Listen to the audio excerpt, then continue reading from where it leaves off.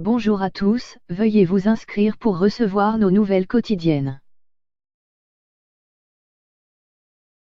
Mort de Jean Vanier, fondateur de l'Arche, prophète de la liberté des fous, le Canadien, mort à l'âge de 90 ans, a fait essaimer ses communautés de l'Arche et leur message d'inclusion dans le monde entier. En 1964, un ex-officier de marine quitte tout pour vivre avec 2 handicapés mentaux.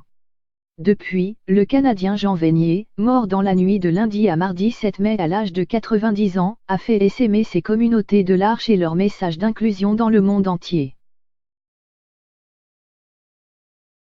Notre société ne veut surtout pas de la liberté des fous, quand je dis fou, c'est avec respect bien sûr, déplorait ce philosophe qui a progressivement été reconnu dans l'Église catholique comme une grande figure sociale et spirituelle. Né le 10 septembre 1928 à Genève, ce cadet de la Royal Navy engagé à 13 ans, en pleine guerre aurait pu choisir la carrière diplomatique ou militaire dans les pas de son père, futur gouverneur général du Canada.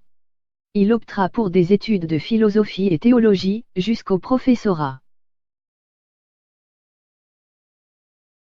Comment ce spécialiste du bonheur chez Aristote en est-il venu à s'installer, à l'été 64, dans une petite maison sans commodité avec 2 personnes intellectuellement déficientes, en lisière de la forêt de Compiègne, au nord de Paris? That-s the question. Répétait avec flegme ce colosse à la poignée de main aussi ferme que son sourire était doux, et dont le français était relevé d'une pointe d'accent anglophone. J'avais visité près de Paris une institution psychiatrique épouvantable, où régnait la violence, l'enfermement. La seule chose que j'ai faite, c'est d'en sortir 2 résidents qui n'avaient pas de famille. On a commencé à vivre ensemble, sans plan.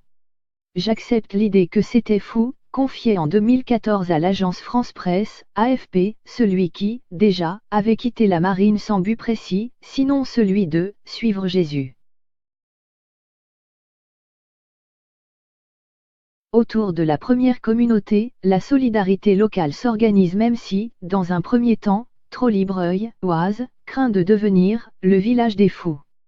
L'Arche grandit dans la dynamique des retraites spirituelles que son fondateur prêche, des ouvrages qu'il publie, des conférences qu'il multiplie à travers le monde. Des communautés mêlant personnes handicapées mentales, aidants, ouvrent en Inde en 1970, en Côte d'Ivoire en 1974, en Haïti l'année suivante. Chaque foyer comprend une demi-douzaine de personnes avec un handicap mental et presque autant d'assistants valides. Tous vivent, parfois travaillent et surtout prennent leur repas en commun. À l'Arche, on commence par vouloir faire du bien, et on finit par se dire que ce sont les personnes avec un handicap qui vous changent, qui vous apportent une autre vision de la vie, de l'humanité, soulignait Jean Vanier.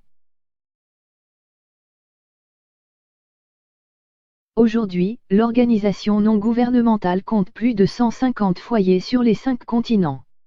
Le Canadien a aussi cofondé en 1971 le réseau chrétien Foi et Lumière, qui revendique près de 1500 communautés de rencontres, organisant des temps de prière, de pèlerinage et de fêtes dans quelques 80 pays. Son message, Jean Vanier a voulu l'inscrire dans un humanisme universel, davantage que dans une stricte dimension catholique. Les relations avec Rome de ce catholique plutôt en avance dans le dialogue interreligieux n'ont d'ailleurs pas été immédiatement chaleureuses. Mais la situation a changé, Jean Vanier a été accueilli à bras ouverts par les papes Jean-Paul II et François, et encouragé par Benoît XVI. En 2015, il avait reçu à Londres le prix Templeton, décerné avant lui à Mère Teresa, au Dalai Lama ou encore à Desmond Tutu. L'année suivante, il était fait commandeur de la Légion d'honneur, entouré de ses amis handicapés, à Matignon. Nombre de personnalités ont visité Trosly, à l'image de l'écrivain Emmanuel Carrère, d'abord sceptique, puis touché par la joie d'une jeune fille trisomique et de ceux qui l'entouraient. Je suis bien forcé d'admettre que ce jour-là, un instant, j'ai entrevu ce qu'est le royaume, a-t-il écrit en 2014 dans son grand roman du même nom sur la genèse des évangiles. De l'aveu même de l'Arche, ce « royaume » a toutefois été entaché de « graves zones d'ombre » autour de la figure du père spirituel de Jean Vanier, le dominicain Thomas Philippe, soupçonné d'agression sexuelle sur des femmes. Je veux demander pardon pour tout ce que je n'ai pas fait ou aurais dû faire, avait confié au quotidien La Croix à son disciple canadien, disant en 2015 rester, comme un pauvre, devant ces révélations, choqué et bouleversé.